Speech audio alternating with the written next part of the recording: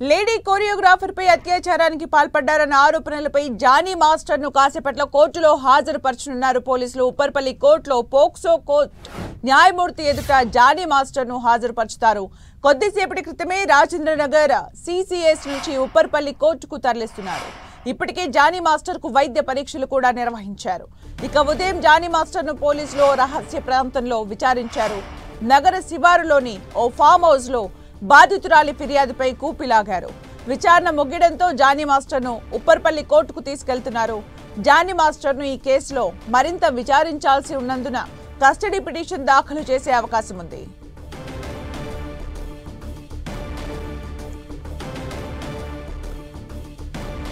ఇక మరింత సమాచారం మా ప్రతినిధి సునీల్ అందిస్తారు. సునీల్,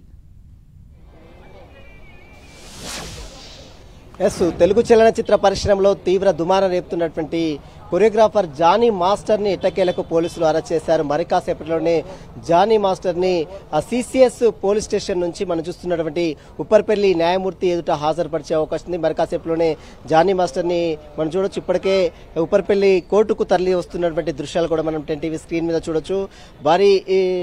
భారీ బందోబస్తు, అంటే ప్రస్తుతం అతన్ని నిన్న గోవాలో అతన్ని అరెస్ట్ చేశారు. గోవాలో ఉన్నటువంటి పక్కా సమాచారంతో జానీ మాస్టర్ని అరెస్ట్ చేసి అక్కడ నుంచి ట్రాన్సిట్ వారెంట్ ద్వారా మనం చూస్తున్నటువంటి హైదరాబాద్ తరలించారు. ఇక ఈ రోజు మరి కాసేపట్లోనే ఉప్పర్పల్లి న్యాయమూర్తి ఎదుట కూడా జానీ భాషని హాజరుపరిచే అవకాశం. ఇప్పటికే మనం చూసాం జానీ భాషపై సెక్షన్ 376 తో పాటు 323, 506 అదేవిధంగా ఫోక్సో అంటే 2020లోనే తనను లైంగిక దాడికి పాల్పడ్డారంటూ బాధితురాలు ఇచ్చినటువంటి స్టేట్మెంట్ ని బేస్ చేసుకుని జానీ భాషపై ఫోక్సో యాక్ట్ ని కూడా పోలీసులు నమోదు చేయడం జరిగింది. ఇక ఎప్పుడైతే పోలీసులను ఆశ్రయించిందో అప్పుడు అరెస్ట్ చేయకపోవడంతో మళ్ళీ బాధితురాలు వెంటనే తెలంగాణ ఉమెన్ కమిషన్ ఆశ్రయించింది.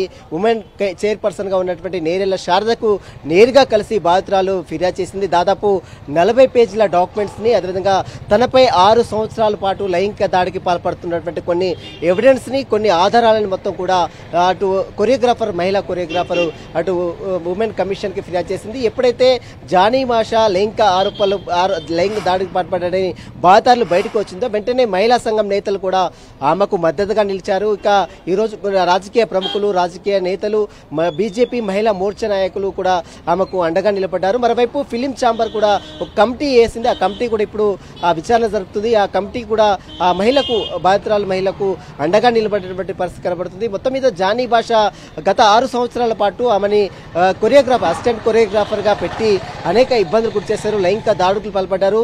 మరో రకంగా మనం చూసాం నిన్న జానీ భాష సతీమణి సుమలత అలియాస్ అయేషా కూడా మీడియాతో మాట్లాడింది. ఇదంతా కూడా జానీ భాష ఎదుగుదలను చూసి వరవలకని తనపై అక్రమ కేసులు బనాయించే ప్రయత్నం చేస్తున్నారు. తనకు మహిళా కొరియోగ్రాఫర్కి ఎలాంటి సంబంధం లేదు, కావాలనే తనని ఈ కేసులో ఇరికించే ప్రయత్నం చేస్తున్నారు. తన ఎదుగుదల చూసి వరవలేకని వీరంతా తప్పుడు కేసులు పెడుతున్నారంటూ కూడా గత కొంతకాలంగా తనపై ఈ రకంగా హెరాస్మెంట్ జరుగుతుందంటూ కూడా నిన్న జానీ భాష సతీమణి అయేషా అలియాస్ సుమలత కూడా మాట్లాడింది. అయితే ఆమెని మతం మార్పిడి చేస్తామని ఏదైతే వస్తున్నటువంటి రూమర్స్ మొత్తం కూడా పూర్తిగా అవాస్తవము. ఎక్కడ కూడా లవ్ జిహాద్ అనే పేరు తెర మీదకు తీసుకొస్తున్నారు. నేను ఎక్కడ కూడా మతం మారలేదు, తాను ఇంకా సుమలతగానే ఉన్నాను, తన పేరు సుమలత అని చెప్తుంది. కానీ ఆమె పేరు ఇంట్లోకి వెళ్ళినప్పుడు సుమలత అని చెప్తున్నారు, అక్కడ మాత్రం అయేషా అనే పేరు ప్రస్తావిస్తున్నారని బయట ఆరోపణలు వస్తున్నాయి. కాబట్టి దానికి సంబంధించిన దాంట్లో వివరణ ఇచ్చే ప్రయత్నం అయితే నిన్న సుమలత కూడా చేసింది. అయితే మొత్తం మీద జానీ భాషపై వస్తున్నటువంటి ఆరోపణలు మొత్తం కూడా పూర్తిగా అవాస్తవమని ఓవైపు జానీ భాష భార్య సత్యమని సుమలత చెప్తుంటే, మరోవైపు అతనికి సంబంధించిన పూర్తి ఆధారాలను సైతం కోర్టు అటు ఫిలిం ఛాంబర్ కి, మహిళా కమిషన్ కి, పోలీసులకు ఇచ్చానని మాత్రం బాధితురాలు చెప్తుంది. అయితే బాధితురాలు ఇచ్చిన స్టేట్మెంట్ బేస్ చేసుకుని పోలీసులు 2020లో ఒక ముంబై హోటల్లో తను లైంగిక దాడికి పాల్పడ్డాడని బాధితురాలు ఇచ్చిన స్టేట్మెంట్, కొన్ని ఎవిడెన్స్ ను బేస్ చేసుకుని అతనిపై పోక్సో యాక్ట్ ఇప్పటికే 376 తో పాటు 323, 506 కింద కేసు నమోదు చేసినప్పుడు కూడా 2020 అంటే ఆమె మైనర్ గా ఉన్నటువంటి సమయంలోనే ఆమె లైంగిక దాడికి పాల్పడ్డారని వచ్చిన స్టేట్మెంట్ బేస్ చేసుకుని అతనిపై పోక్సో యాక్ట్ కూడా నమోదు చేసింది. మరి కాసేపులోనే మనం చూస్తున్నటువంటి ఉప్పర్పల్లి కోర్టులో జానీ భాషను పోలీసులు ప్రొడ్యూస్ చేసే అవకాశం ఉంది. సుమిత్ర, అంటే సునీల్, ఇప్పటి వరకు కూడా సెక్షన్స్ ఏవేవైతే నమోదయ్యాయి అందులో పోక్సో అలాగే లవ్ జిహాద్ అని కూడా వస్తుంది కదా, దానికి సంబంధించి కూడా ఏవైనా సెక్షన్స్ రిజిస్టర్ చేశారా? అసలు బాధితురాలు ఇచ్చిన ఫిర్యాదులో దీనికి సంబంధించిన ప్రస్తావన ఉందా? బాధితురాలు మొట్టమొదటిసారిగా రాయదుర్గం పోలీసులు పోలీస్ స్టేషన్లో ఫిర్యాదు చేసింది. కానీ ఆమె ఉన్న లిమిట్స్ నార్సింగ్ పరిధిలోకి వస్తుంది. అయితే రాయదుర్గం పోలీసులు ఆమె పిటిషన్ స్వీకరించి కేవలం 0 ఎఫ్ఐఆర్ మాత్రమే చేశారు. వెంటనే 0 ఎఫ్ఐఆర్ ని అటు నార్సింగ్ పోలీస్ స్టేషన్లకి ఫార్వర్డ్ చేశారు. నార్సింగ్ పోలీసులు సెక్షన్ 376 అత్యాచార సంబంధించినటువంటి సెక్షన్ ని యాడ్ చేశారు. అసాల్ట్ తనను వేధింపులకు గురి చేస్తున్నారంటూ 506, 323 సెక్సువల్ అబ్యూజ్ కు సంబంధించినటువంటి 323 సెక్షన్ తో పాటు ఈ 2020లోనే తనను లైంగికంగా ఒక ముంబై సంబంధించినటువంటి హోటల్లో తనని లైంగిక దాడికి పాల్పడ్డారని బాధితురాలు స్టేట్మెంట్ ఇవ్వడంతో ఫోక్సో యాక్ట్ దాదాపు 20 సంవత్సరాల పాటు జైలు శిక్ష ఉంటుంది. ఫోక్సో యాక్ట్ కి సెక్షన్ 376 ఏదైతే అత్యాచార ఘటన ఉందో దీనికి సంబంధించిన దానిపై దాదాపు 10 సంవత్సరాల పాటు జైలు శిక్ష ఉంటుంది.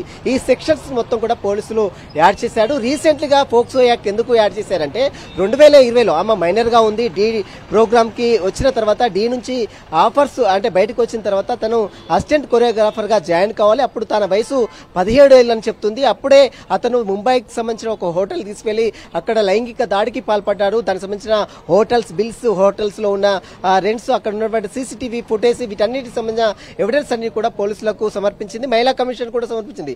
ఈ నేపథ్యంలోనే అతను జానీ బాషాపై అటు ఫోక్సో యాక్ట్ ని కూడా పోలీసులు నమోదు చేశారు. ఇప్పటికే మనం చూసాం అనేక సెక్షన్స్ 376 తో పాటు 323, 506 తో పాటు అదనంగా POCSO act non bailable case. ఇది ఖచ్చితంగా బెయిల్ వచ్చే అవకాశమే లేదు ఈ కేసులో. మరి ఫోక్సో యాక్ట్ అంటే అప్పుడు లైంగిక దాడి పాల్పడడాన్ని మరి కోర్టు కన్సిడర్ చేస్తుంది. ఎందుకంటే గత 6 సంవత్సరాల క్రితం జరిగినటువంటి లైంగిక దాడికి సంబంధించి కోర్టులో మరి రుజువు అవుతుందా, రుజువు చేయడానికి ఈమె ఎలాంటి ఆధారాలు సమర్పిస్తుందనేది కూడా ఇప్పుడు ఒక చర్చనీయాంశంగా మారింది. సినీ ఇండస్ట్రీలో కూడా తీవ్ర దుమారం రేపుతుంది ప్రస్తుతం జానీ భాష వివాదం. ఎందుకంటే ఇప్పటికే సినీ వర్గాల్లో కూడా గత కొంతకాలంగా కాస్టింగ్ కౌచ్ కి వ్యతిరేకంగా అనేక మంది సినీ ఆర్టిస్టులు, సినీ రంగంలో ఉన్నటువంటి పెద్దలు కూడా దీనికి వ్యతిరేకంగా పోరాటం చేస్తూనే ఉన్నారు. ఇటీవల కాలంలో శ్రీరెడ్డి మనం చూసాం ఫిలిం ఛాంబర్ ముందు అర్ధనగ్న ప్రదర్శన చేసిన తీరు కూడా మనం చూసాం. ఆ తర్వాత ఇటీవల కాలంలో రాజ్ తరుణ్ వ్యతిరేకంగా ఒక లావణ్య అనే ఒక మహిళ బయటకు రావడం, ఇప్పుడు ఏకంగా మహిళా కొరియోగ్రాఫరే తనపై లైంగిక దాడికి ఒక కొరియోగ్రాఫర్ గా పనిచేస్తున్నటువంటి వ్యక్తి తనపై లైంగిక దాడికి పాల్పడుతున్నారంటూ కూడా ఒక మహిళ ఇప్పుడు బయటికి రావడం సినీ ఇండస్ట్రీలో ఒక చర్చనాంశం మారింది. ప్రస్తుతం అయితే మరి కాసేపులోనే జానీ భాషను ఇప్పటికే సిసిఎస్ పోలీస్ స్టేషన్ నుంచి అతన్ని వైద్య పరీక్షలు దారిలోనే నిర్వహించి మరి కాసేపులోనే ఉప్పర్పల్లి కోర్టులో అతన్ని ప్రొడ్యూస్ చేసే అవకాశం ఉంది. ఉప్పర్పల్లి కోర్టులో న్యాయమూర్తి ఎదుట ప్రొడ్యూస్ చేసిన తర్వాత మరి అతనికి జ్యుడిషియల్ రిమాండ్ తరలిస్తుందా లేదా అతనికి మరి పోలీస్ కస్టడీకి కోరుతూ పోలీసులు కూడా మరి కస్టడీ పిటిషన్ కూడా దాఖలు చేయాలి. ఎందుకంటే అతని దగ్గర నుంచి కీలక ఆధారాలు సేకరించారు కాబట్టి దానికి సంబంధించిన పూర్తి వివరాలు కూడా పోలీసులు రాబట్టే అవకాశం ఉంది. Thank you Sunil for the updates.